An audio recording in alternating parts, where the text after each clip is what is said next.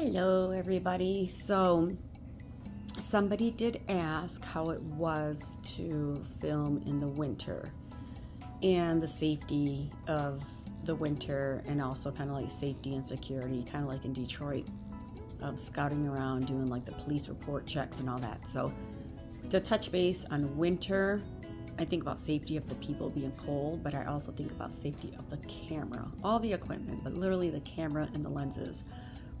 I've seen people use hand warmers on the batteries to keep the batteries warm, because that's really, really important. If it gets cold, then the current is like has less energy to keep the camera going, if that makes sense. Your camera lens can build condensation when it's outside, or just like freeze or fog up. So using like camera lens protected, have seen people seal it with plastic like really tight.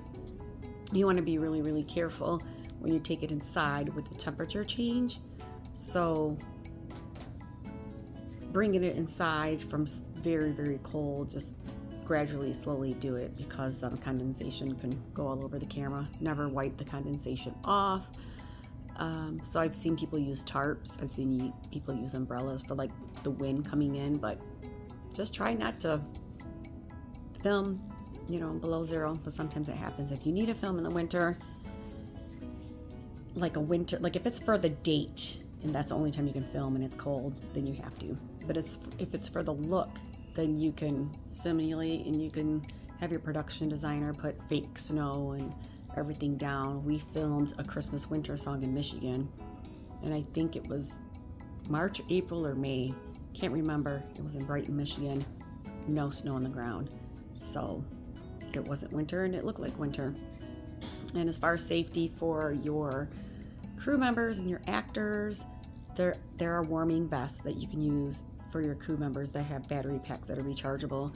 There's hand warmers, there's toe warmers. The feet is where people get really, really cold, and then top of their head, their ears and everything. So make sure people are masked. I mean, they have ear warmers that have rechargeable, that they heat.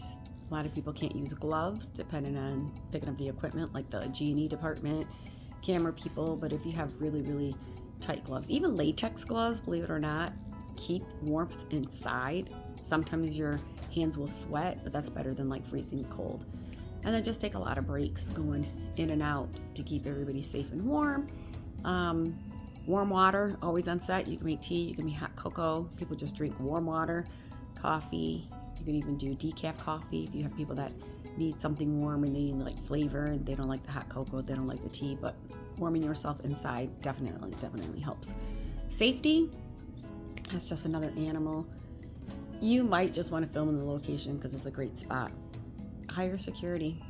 There are security forces everywhere. Since COVID, there's a lot of security companies, a lot of retired police officers or retired firemen, people that had lost their job, and they work for security firms, and you can just hire security if you're in a bad area. Other than that, that's kind of it on those two topics, but I can go in very much depth, but I hope this helps you.